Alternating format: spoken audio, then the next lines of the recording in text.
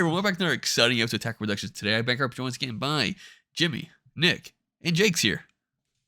You said it in the right order this time. That's crazy. He did, and I'm proud of him. What's going on, y'all? I was really hoping Jake would have to say something like based on Jimmy and Nick's comments because that sounded kind of insulting to a degree, and Jake's over here being all nice and shit. It's the correct order. No, it totally is. Today's matchup is Jimmy versus Nick. Jimmy brought out Gogeta because he got an awesome medal leader from TCG Metals. If you haven't got yours yet, get one, man. Come on. It's just TCG Metals with a Z.com. All right. And Nick has brought out Piccolo because I hadn't had a chance to play it yet. And he's like, I'm bringing this. I'm like, cool. Save me time. Now, nonetheless. Why'd you do the YouTube voice just for that? To annoy you occasionally. Oh. Also, I need water, so I can't really turn it on constantly, and it's not a YouTube voice. But let's get into the That's match. the voice they were talking about. That's the voice they didn't mean, Jake. They meant you. They meant your YouTube voice.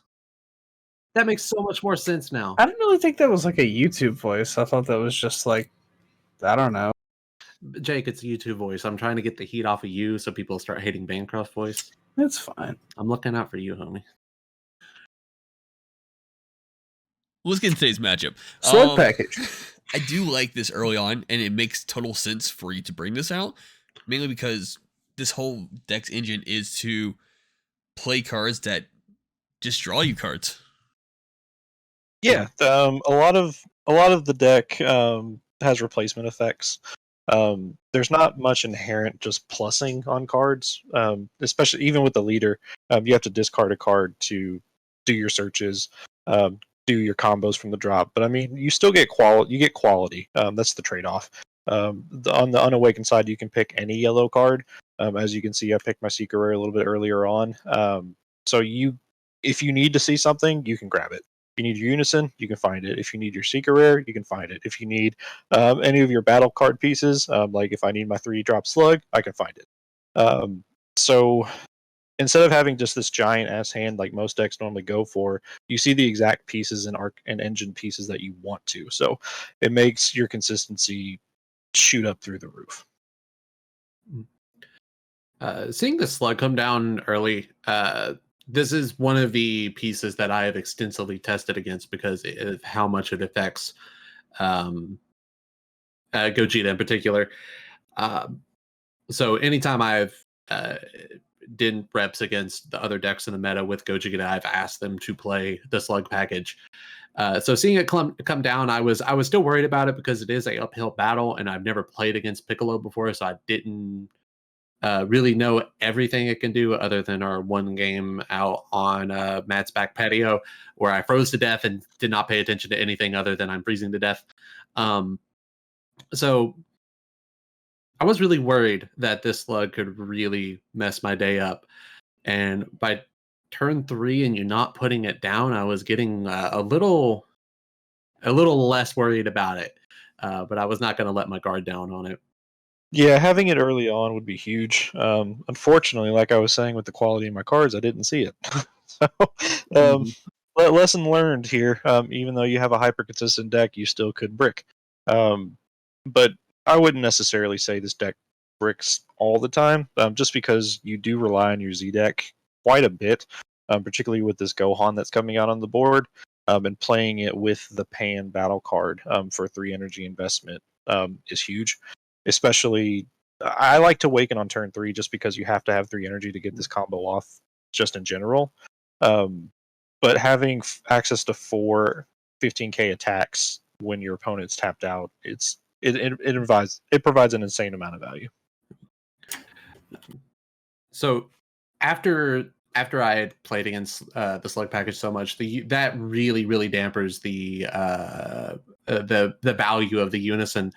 So while I was still worried about the Super Namekian coming down, I was kind of not gonna. I was trying to set myself up not to rely on the Unison. And this is a tip for if anybody runs into Nick at any sort of event of any type. If you put a Unison on field, that is the only thing he's going to attack for the next 5 turns if you let it stay up. Okay. Let's.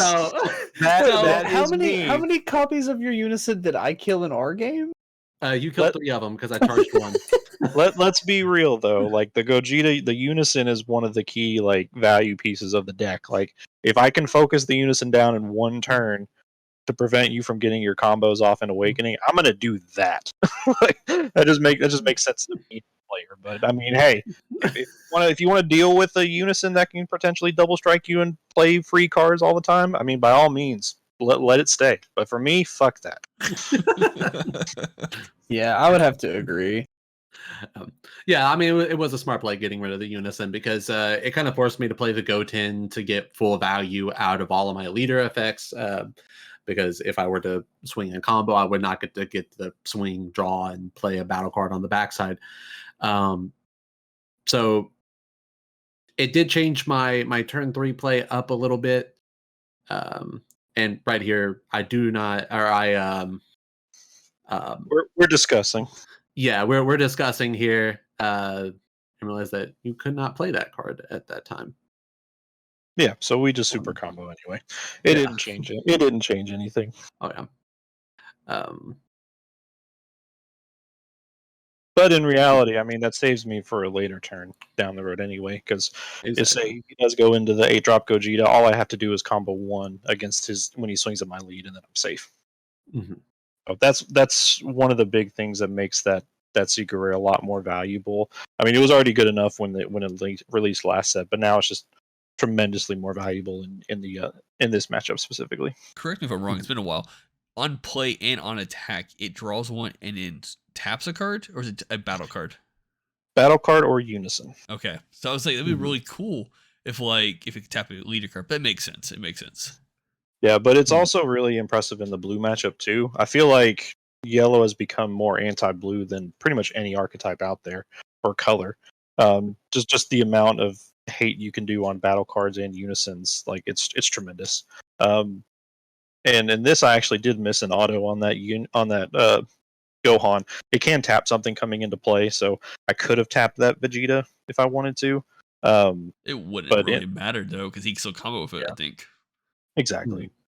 And then he did hit me with the Violent Rays, but one of the good things about this archetype, there's not really many 20Ks in the deck. 20Ks are higher. I mean, I'm running Slug, so that's one, and then also the 8-drop Gohan, which is another one. Everything else is going to be 15K or less, so yeah, I don't really mind Violent Rays. I can get around it. Yeah, I know you can play the 8-drop from the drop area or evolve from the drop area. Am I correct on that? Yes. Okay, I was about to say either I'm correct about it or you cheated against me in a previous game. But I know I just did not want to deal with it on that turn, so I felt like burning the Violent Ray just to make you focus the second attack into the Goten again, while also shutting out the possibility of the 8-drop or even dropping a 1-drop Slug into the Super Namekian. Yeah, which makes me an extra turn. Yeah, but at this point, I'm only running 3 of each in the Slug package, which I think is usually the correct number most of the time anyway. So seeing the 1-drop already be removed and my second one's in the energy, it's going to be really tough for me to go into the play without just straight hard casting the Super Namekian. Mm-hmm. And I know you have the secret rare in hand, and I will have 5 cards tapped after putting out the 8-drop. Which we do joke about it, yes. Yeah, we do joke about it here. But I do feel like this is still the 100% the best play because I get rid of both your Pan and your Gohan. They both just straight get removed from the game, which is nice. And if I can just go ahead and get it out of your hand here, might as well. You do tap my Vegeta, but that's really fine in the grand scheme. Because if I really, really wanted that crit, I can, because you're probably just going to keep tapping it as the game goes on. Like if I really wanted the crit, I can eventually just combo it off and give it to my leader. Mecha Freeze is a sure way to stop the secret from coming into play, which is really nice. Because I think you pulled it earlier using the Yeah, and right here, that does negate the attack. Every single deck that I played against, like the past 2 weeks, have ran stuff like Release from Evil, Dormant, where it does not negate the attack, but still puts me under the floodgate. So I went, oh, that's a floodgate. I still get to go with this attack. So and then the jokes were made again. Yeah, the jokes were made again. So I do lose out on the extra draw, but it is what it is. Yeah, I didn't need that Merciless Barrage in my hand. And one of the good things about the Seeker being a 40,000, he's not going to be able to hit it with the Gogeta, so that's going to keep me increasing my hand size just on swinging with it. And red typically doesn't have like big body removal besides just negging by a big number. So it's really nice that I can keep this card on the board for more than one turn to get as much value possible out of it. Mm-hmm. I know you play the 3-drop. Sorry, it's an 8-drop, I think, but it costs 3 to play. Gogeta, I think, as well. The red-black one. Do you play that in your deck? I do. Yeah. That does something. Is it just negs? It negs something 30,000, or negs 2 cards 30,000, and your opponent warps a card out of their hand. Yeah. So in addition to giving your leader card 5k until the end of the next turn, which is just ridiculous. Yeah, so here I wanted to get my Unison out, and the Pan Unison, it's actually surprisingly well equipped for this matchup. Just being able to play it for 1 off discarding a card it is nice, but it has 2+2s, so it never really loses markers. It can draw a card, drop a card, so it has more of that filtering effect that I talked about earlier. But it also it can give us a Sun Gohan superhero in rest mode plus 10,000 until the start of my next turn. So again, in this matchup too, like say I was to get the 8-drop boss monster out, I can protect it from the 8-drop Gogeta because he can't get over it.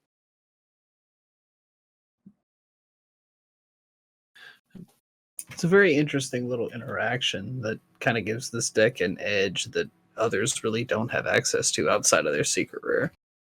Yeah, because most of the time there's no real way to interact with the card, but except making your card real big.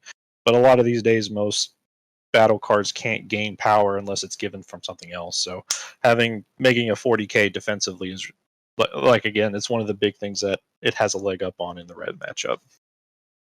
And I will say, just by looking at this, I mean, like, we know Jimmy has a backup plan in case he has to do it. He can Z Awaken if need be.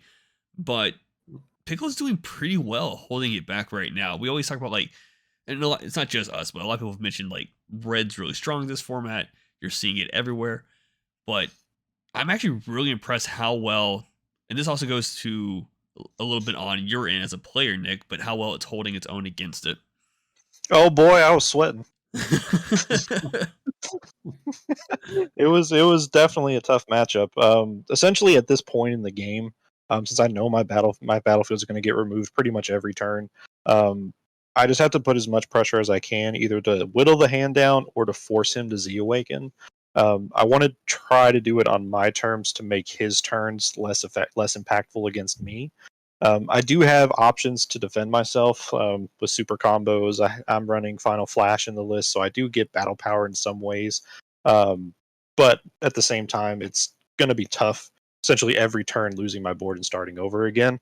But this deck is actually pretty good at recurring the board because it uses the Z deck more than anything. So I don't have to worry too much about missing out on my board leaving, if that makes sense. Yeah. So throughout that entire turn, I chose not to block with the 8-drop Gogeta because I was more so worrying about like either some sort of overwhelm or anything of that type coming down. And with that Gogeta not being affected by skills, and it basically just becomes a free negate on my field. So that's why I chose to leave him standing the entire time instead of blocking, which I probably should have just went ahead and blocked it when he was at 1 energy, just to save a couple of cards in hand. Yeah, at this point, me being at 1 life, anything could be lethal at this point. So I have to kind of sacrifice myself to make sure I can see my turn again. But one of the things I was kind of worried about is I thought he would hit the Unison, which I'm kind of glad he did. Because now in my hand I have Prideful Transformation. So since he is tapped out, the only option he really has at this point is to Overwhelm. So I'm safe essentially this turn. So while the Secret Rare does have Deflect, you do just put a blocker on field, which and really is as good as just negating the attack. Exactly. Again, jokes were made. You pre-tapped it. You're just like, yeah, because he was like, maybe I won't swing in lead. I was like, I don't care what you're swinging at. I'm blocking it no matter what. I don't want you to hit anything. And so here I am with my measly 1 card in hand, facing down the barrel of a 20-hand gun. You got some interesting plays here. We did just see a couple of negates in Jimmy's hand though, between the King Vegeta's imposing present or testing opposition. I mean, what spoilers, man? He's flashing them right now. We see it. Yeah. Well, you won't see all of it once you actually put the fucking bars on the screen, Bancroft. And this is the they can still see it. Go on. Sorry, Jake. I think this is the real frustration point for people that play against this deck. Like, you make it all the way through the storm. You stop the 8-drop. You stop the secret rare.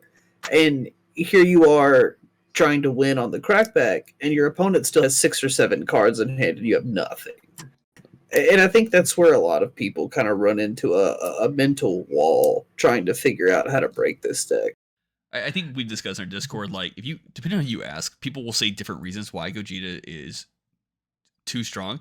In my opinion, it is the interaction of the Unison with the battle cards. The battle cards themselves, the 4-drops, just get they gain a ton of resources, and that's actually what makes the deck so good. You're able to see all of your pieces, and like Jake just said, like, no matter what is happening, that Gogeta player has what they need to survive.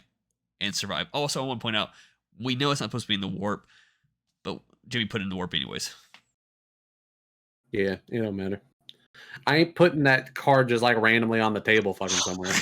Yeah, so for me, like $400. For me, the last thing that I honestly really could was just see to slow him down as much as possible, and that's why I played the Evolved Defender to stop the leader from swinging, which also stops his inherent value of playing the 1-drops to get more draws out. Because in my hand I have Nimbus, Final Flash, and I think one other card. So I was feeling kind of okay with the Nimbus. So I felt like I could stop one attack with Final Flash. And then the Evolved Defender as well, being able to hit something coming in, getting around Deflect, switching it to rest mode. I can stop at least one card coming in, and then just hope I can get out of it. That card will still get its auto to put a Saiyan underneath it, I think, but you won't get the activate main out of it though. You won't get the activate. You don't even have to put the Saiyan under the card to get the additional effects. Oh, okay. Yeah. So right here I chose to quickly win the game. Yeah, quickly win the game. So right there, the reason I chose to stop and throw out the big boy 8-drop was to tap myself out so that on the swing I could go into my Z leader, and that would make the auto off the 3-drop Goku fall off, and I would be able to swing 100k with my Z leader while being under Nimbus. Gotcha. Yeah, no, overall, fantastic. I mean, Nick, I'm still oddly surprised how well Piccolo did. And it's a good deck. So if you haven't tried it yet, give it a shot. It's always there for it. With that being said, thank you for tuning in. Keep in mind, there's buttons down below. Feel free to click them. They're there for a reason. Put comments. When I get a chance, I'll try to reply. Listen to Jimmy's train tracks in the background as we send you off. Jake or Nick, if you guys want to fight over it, go right ahead.